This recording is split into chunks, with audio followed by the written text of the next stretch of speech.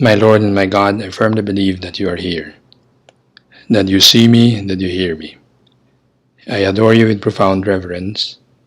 I ask your pardon for my sins and the grace to make this time of prayer fruitful. My Immaculate Mother, Saint Joseph, my Father and Lord, my guardian angel, intercede for me. In today's Gospel, Jesus tells his listeners, I am the bread of life. Whoever comes to me will never hunger, and whoever believes in me will never thirst. So try to picture the reaction of his listeners when Jesus said that. Some may have been perplexed. Others may have been dismayed. But some must have believed him. The bread which Jesus offers is the very life of God, the true bread which can truly satisfy the hunger in our hearts. So today, let's tell Jesus that we really hunger for that bread. We hunger for him. And we remind ourselves that everything else leaves us hungry because Jesus alone satisfies.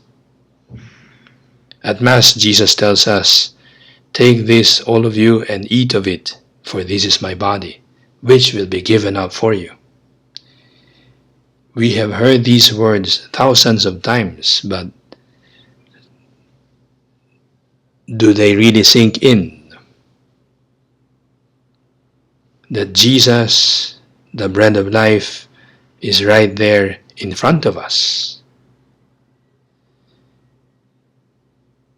And so Jesus' words in today's Gospel challenge our understanding of the place of the Eucharist in our life. The Eucharist is the closest possible way for us to be united to Jesus here on earth.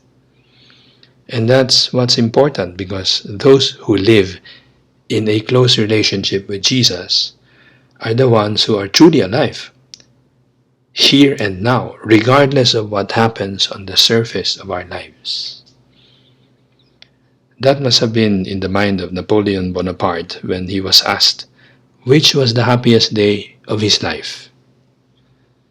Of course, without entering into his politics, which is not my place, with no intention on my part to exalt him or to demonize him, I think Napoleon's reply to the question was impressive.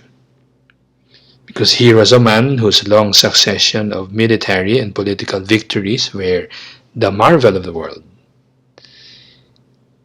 You would wonder whether he would think of the Bridge of Lodi, which was the scene of his early triumph with the army of Italy when he was a young general of 26, wresting Lombardy from the Austrians, or more likely of the glorious son of Austerlitz, a victory which made him master of Europe. But in reply to the question, which was the happiest day of his life, the emperor looked thoughtful, and then he said, well, the happiest day of my life was the day of my first communion. I was near to God then. When Jesus presents himself as the bread of life, that anyone who comes to him will never hunger, and anyone who believes in him will never thirst. Some years ago, I was giving daily communion to a man who had cancer of the brain, and what I found impressive was whenever I would go to the house, the people there showed so much respect and so much reverence to the body of Christ. There was always a well-prepared altar with a lighted candle for the celebration of the communion. And then all of the family members would stop whatever they were doing so that they could give reverence to the Eucharist. It was a small house that they rented, but there's harmony in their house. Their joy and their serenity must have been a fruit of the respect, the reverence that they gave to Jesus in the Eucharist. Now, going back to our gospel today, after Jesus mentioned about the bread from heaven that gives life to the world, the crowd told him, "Lord, give us this bread always." And Jesus said to them, "I am the bread of life. He who comes to me shall not hunger, and he who believes in me shall never thirst." Well, the sick man I was giving communion to gave solid witness to this because he radiated that satisfaction, that contentment. Every time he would receive communion, even if his body was completely devastated by cancer. You could just imagine the almost angelic smile that he had after receiving communion, even if the lines of sacrifice were written on his face. That's because anyone who truly comes to Jesus will never be hungry, will never be thirsty, even if they are battered based on the standard of this world. So thank you, Jesus, because in introducing yourself as the bread of life, you make us understand once more that you are the one who can fully satisfy our deep longing for more, other than what the world offers us. You satisfy our real longing, our deep longing for life, a life that is lived to the full. Well, many of you praying with me now may not have access to the Eucharist for a long time now.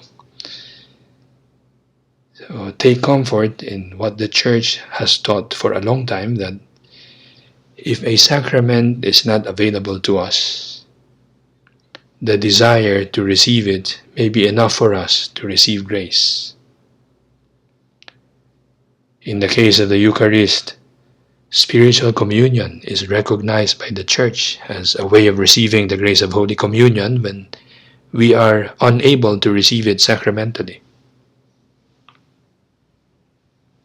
You may not be present at Mass, but the fruits of the Masses celebrated by priests all over the world are available to you. When a priest says Mass without people in attendance, the fruits of that Mass are available to you. So I invite you now to tell Jesus, "Lord, I long for you. I long to be satisfied. You are what I need. I wish to receive you with the purity, humility, and devotion with which your Mother Mary received you. I wish to receive you with the fervor with which the saints received you." And you know, that desire to receive the Eucharist is a grace in itself. And if you offer up that desire in prayer to God, it can become an occasion for even greater grace and growing more in your spiritual life. Rest assured that in the Masses that priests celebrate during these days of isolation, we are begging God like never before in our priesthood, begging Him with more urgency and in a more specific way that the graces that He is pouring out in those Masses may be made available to all. So in this time of yearning to receive Jesus in communion, let us turn to our Mother Mary, the woman of the Eucharist, and we ask her, "Mother, give us your Son Jesus." Pray that this time of trial may come to an end so that we may receive Him who is our bread of life. I thank you, my God, for the good resolutions, affections, and inspirations that you have communicated to me in this meditation. I ask your help to put them into effect. My Immaculate Mother, Saint Joseph, my Father and Lord, my guardian angel, intercede for me.